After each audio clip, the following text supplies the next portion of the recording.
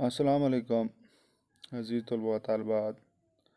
एक बार फिर हम हाज़िर हैं आपकी खिदमत में आज का नया सबक लेकर। अज़ीज़ तलबा व तालिबात, जैसा कि आप बखूबी जानते हो, इस वक्त हम क्लास 7th में हैं और हमारा आज का सब्जेक्ट जो है वो है सिविक्स। और हमारा आज का टॉपिक जो है वो है chapter 9, struggle for equality. Question 1 है, what do you think is meant by expression power over the ballot box? Discuss. Answer है, power over the ballot box signifies the power of the common people who are availing the right to vote in every election.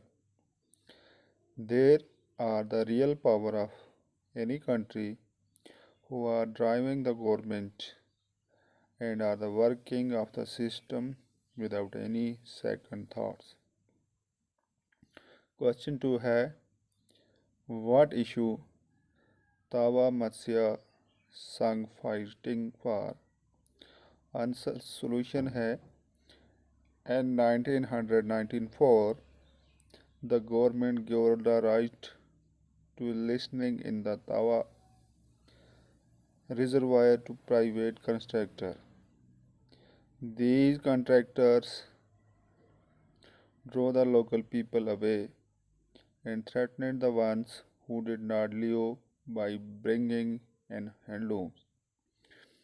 The villagers stood united and decided that it was time to set up an organization and do something to protect their rights.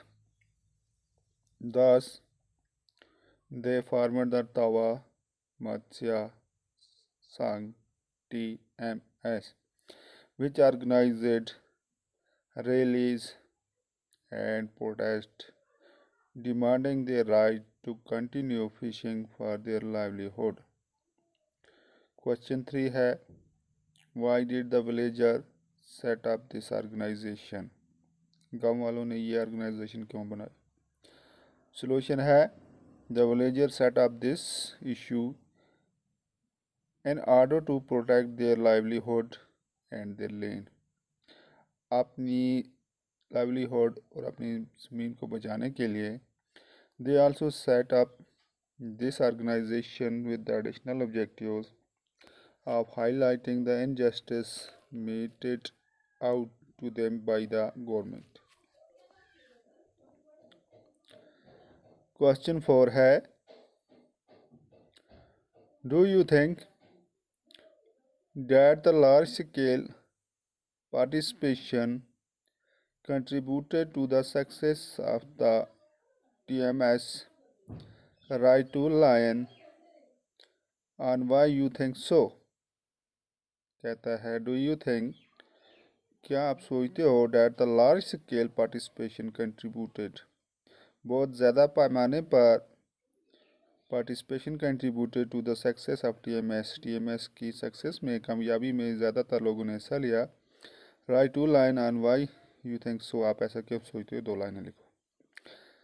Answer है, in response to the large scale protested by TMS, ज़्यादातर लोगों ने एहतजाज किया क्योंकि the government create a committee to assess in issue, government ने एक committee बनाई थी कि उनके इशू को एसेस किया जाए, जांचा जाए. The committee recommended that fishing rights to be granted to the villager for their livelihood, लोगों को मछली पकड़ने का हक जो है उनको ज़िंदगी अपनी गुजारने के लिए दिया जाए. In 1996 the Madhya Pradesh government decided to give the people displaced by the Tawa dam the fishing rights for the reservoirs. A 5-year lease agreement was signed 2 months later.